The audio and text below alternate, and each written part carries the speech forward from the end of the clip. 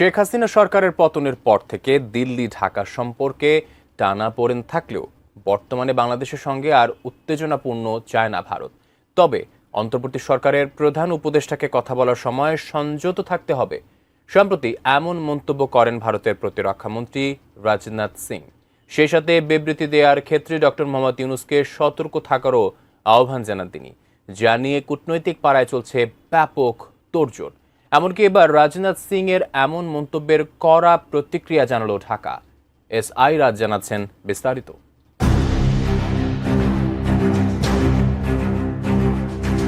অন্তর্বর্তী সরকারের প্রধান উপদেষ্টা অধ্যাপক ডক্টর মোহাম্মদ ইউনূসকে কথা বলার ক্ষেত্রে সতর্ক হওয়ার বার্তা দিয়েছেন ভারতের প্রতিরক্ষামন্ত্রী রাজনাথ সিং।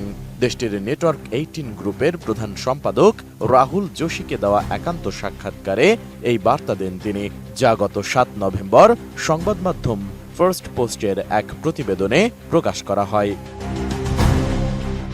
সাক্ষাৎকারে রাজনাথ সিং